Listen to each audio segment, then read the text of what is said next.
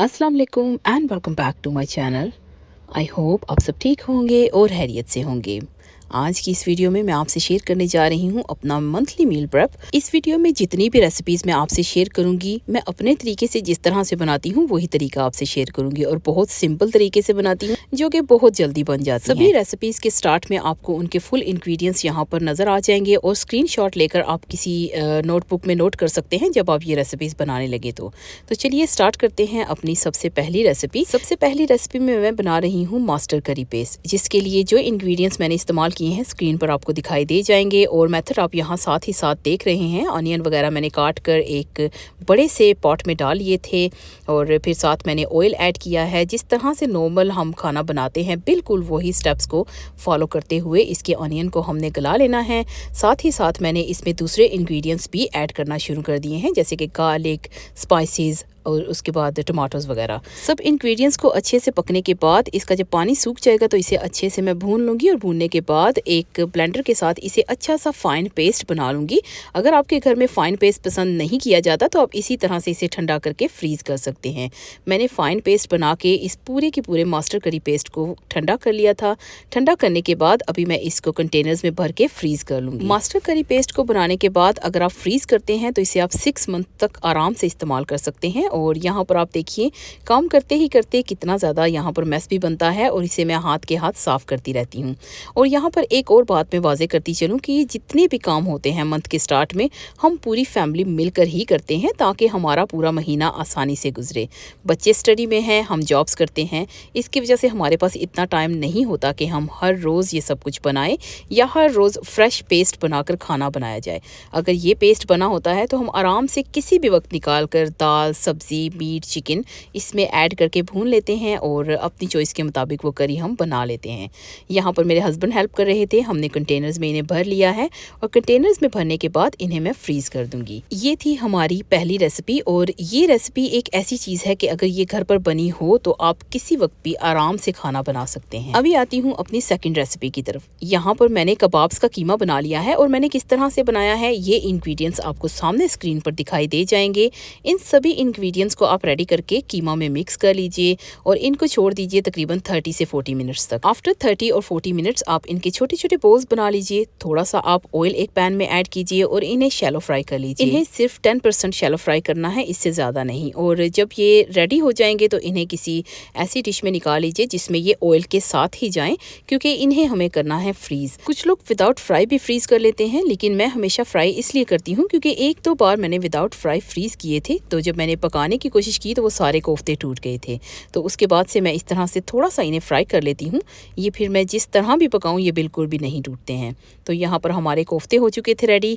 अभी वही जो मैंने कबाब का मसाला कोफ्ते के लिए बनाया था उसी में से कुछ मैंने हाफ अलग कर लिया था, जिसके साथ इस तरह से मैं कबाब्स बना के रख लूँगी। आप इन कबाब्स को किसी भी शेप में बना सकते हैं। मेरे घर में मेरे बच्चे इस तरह स्टिक्स के साथ खाना पसंद करते हैं तो मैं इस शेप में बना रही हूँ। आप इनको चपली कबाब भी बना सकते हैं, राउंड गोला कबाब की शक्ल भी इनको बना सकते हैं, लेकिन जिस तरह आपकी फैमिली में पसंद किए जाएं आप उस तरह से बनाइए। इन कबाब्स को भी मैं तकरीबन 10% तक यहाँ पर शैलो फ्राई कर लूँगी। और मेरे हस्बैंड यहाँ मुझे वक्तन फ़वक्तन चीज़ों में हेल्प कर रहे हैं क्योंकि मंथ के स्टार्ट में कुकिंग बहुत ज़्यादा होती है, इसलिए हम मिलजुल कर ही कुकिंग करते हैं। तो यहाँ पर कबाब्स हो चुके हैं रेडी। इन्हें मैं अच्छे से ठंडा कर लूँगी। जब ये ठंडे हो जाएंगे तो इन्हें मैं जिप लॉक बैग्स में भर कर फ्रीज़ कर दूँगी और इसी तरह से मैं कोफ्ते भी बैग्स में भर के फ्रीज़ कर लूँगी। और जितने कोफ्ते मुझे एक टाइम में चाहिए होते हैं उतने ही मैं एक बैग में डाल के फ्रीज़ करूँगी ताकि सिर्फ एक ही बैग में निकाल सकूं और वो एक टाइम का मील बन सके।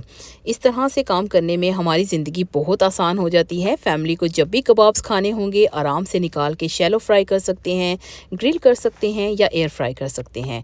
उससे उस वक्त एकदम से बहुत सारा काम नहीं बढ़ता है।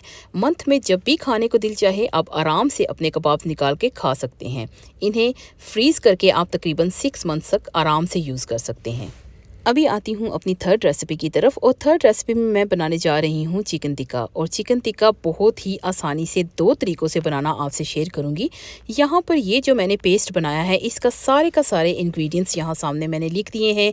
इन्हें आप योगर्ट में ऐड करके चिकन को अच्छे से वॉश करके उसमें मैरिनेट करके रख दीजिए और इसे तकरीबन 6 से 8 आवर्स तक आप मैरिनेट रहने दीजिए। फिर 6 से 8 आवर्स के बाद आप इसे कुक कीजिए ताकि इसके मसाले जो हैं वो अच्छे से इसमें जज्ब हो जाएँ।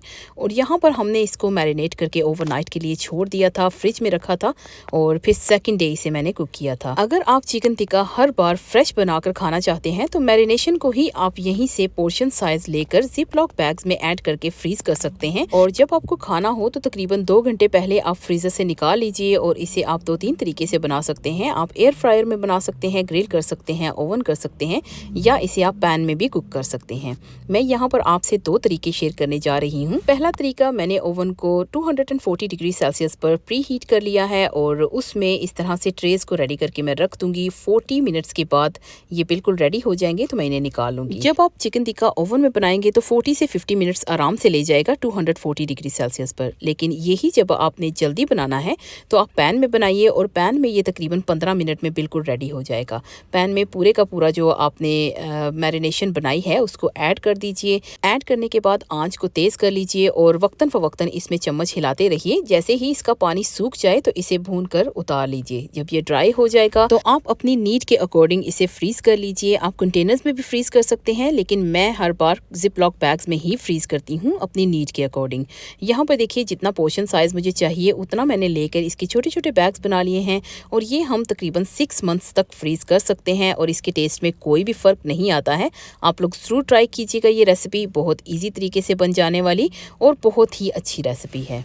अभी आती हूँ अपने नेक्स्ट हैक की तरफ। ये भी किचन हैक है और मंथली मील प्रेप में इसका बहुत बड़ा हाथ होता है, क्योंकि जब भी हम खाना सर्व करते हैं तो खाने के ऊपर अगर फ्रेश धनिया ना हो तो मज़ा ही नहीं आता। तो धनिया को ज़्यादा देर रखने के लिए मैं जो काम करती हूँ वो मैं आज आपसे शेयर करूँगी। यहाँ पर आपको 2 बैग्स दिखाई दे रहे हैं।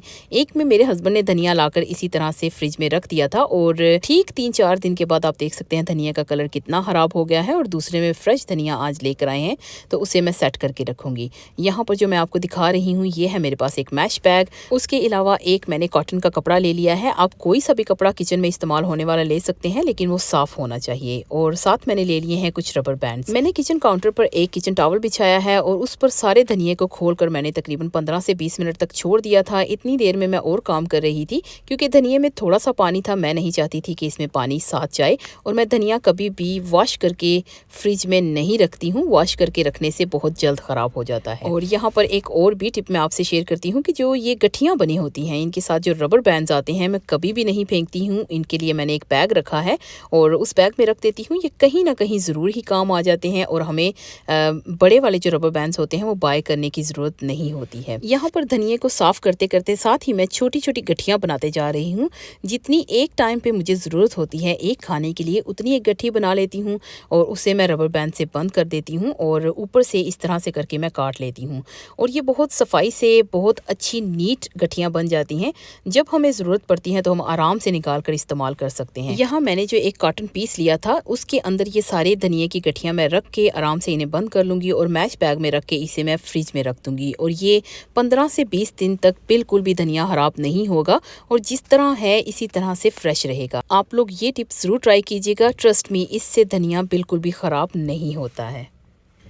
अभी बात करती हूँ नेक्स्ट प्रेप की। यहाँ ये जो पेपर्स आपको दिखाई दे रही हैं मेरे घर में हर चीज़ में खाई जाती हैं, कभी चाइनीज़ में, कभी पिज़्ज़ा में और कभी ऑमलेट में। तो इन्हें भी मैं लाकर इसी तरह से वॉश करके कट करके जिप लॉक बैग में ऐड करके फ्रीज़ कर देती हूँ। जब भी मुझे चाहिए होती हैं तो मैं निकाल के इस्तेमाल कर लेती हूँ और इससे काफ़ी आसानी रहती है। हर बार कोई भी चीज़ बनाने से पहले मुझे कटिंग चॉपिंग बिल्कुल भी नहीं करनी पड़ती। अभी आती हूँ नेक्स्ट टिप की तरफ और ये एक ऐसी चीज़ है जो कि बहुत ज़िंदगी आसान कर देती है। कई बार हमारे साथ ऐसे होता है कि हम जॉब से वापस आ रहे हैं या किसी काम से बाहर से वापस आए हैं या ग्रोसरी करके आए हैं।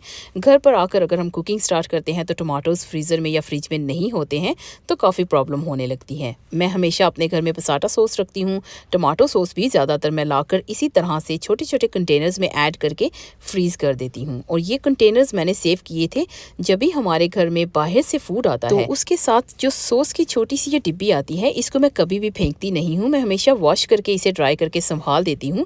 कभी इसे मैं यूज़ करती हूँ गार्लिक जिंजर पेस्ट फ्रीज़ करने के लिए और कभी मैं इस तरह से इसमें पसाटा सॉस टमाटो सॉस फ्रीज़ कर लेती हूँ। तो यहाँ पर ये सॉस मैं इस तरह से इन सारे कंटेनर्स में ऐड कर लूँगी। ऐड करने के बाद इन्हें मैं फ्रीज़ कर लूँगी और जब भी जिस खाने में मुझे ज़रूरत पड़ती है तो मैं एक ये कंटेनर निकाल लेती हूँ और उस खाने में ऐड कर लेती हूँ। कई बार टमाटोज़ की प्राइस बहुत ज़्यादा हाई हो जाती है। और इस तरह से अगर हम फ्रीज़ करके 1-2 कंटेनर भी रख लें तो मुश्किल वक्त में बहुत काम आते हैं। ट्रस्ट मी, आप इस तरह से छोटे-छोटे हैक्स किया कीजिए, इससे आपके मंथली बजट में भी बहुत फ़र्क आएगा और आप जो अपने लिए टाइम सेव करेंगे उसमें भी। जो टाइम आपका सेव होगा आप उस टाइम में अपने लिए कुछ काम कर सकते हैं, आप कोई भी अपनी हॉबी कर सकते हैं या कुछ भी जो आपको अच्छा लगे। अपनी फैमिली को टाइम भी दे सकते हैं और इसके अलावा घर के जो पेंडिंग काम आप पर प्रेशर बनाते हैं आप वो भी बहुत आराम से अपने टाइम में कर सकते हैं। यहाँ ये वीडियो क्लिप नेक्स्ट डे का है। आप देख सकते हैं कि मैंने जो पसाटा सॉस है उसे फ्रीज़ किया था। टमाटोज मेरे पास मौजूद नहीं थे, इसलिए मैंने कीमा में इसे ही ऐड कर लिया है। आप इस तरह से मुश्किल के वक्त में बआसानी अपने घर के अंदर से ही चीज़ निकाल कर इस्तेमाल कर सकते हैं। सर्दियों का स्टार्ट हो और हलवे ना बने, ये तो हो नहीं सकता। लेकिन अगर आप लोग बिजी हैं, फैमिली मेम्बर्स जॉब करते हैं, आप जॉब करती हैं, आपके लिए हर रोज़ हलवा बनाना मुमकिन नहीं है, तो गाजर का हलवा मेरे तरीके से बनाइए और इसे कर दीजिए फ्रीज़ और आप लोग इसे जब दिल चाहे आराम से निकाल के गर्म करके खा सकते हैं। गाजर के हलवे में मैंने बहुत ही सिंपल इंग्रेडिएंट्स ऐड किए हैं। यहाँ स्क्रीन पर आपको सारे इंग्रेडिएंट्स दिखाई दे जाएंगे।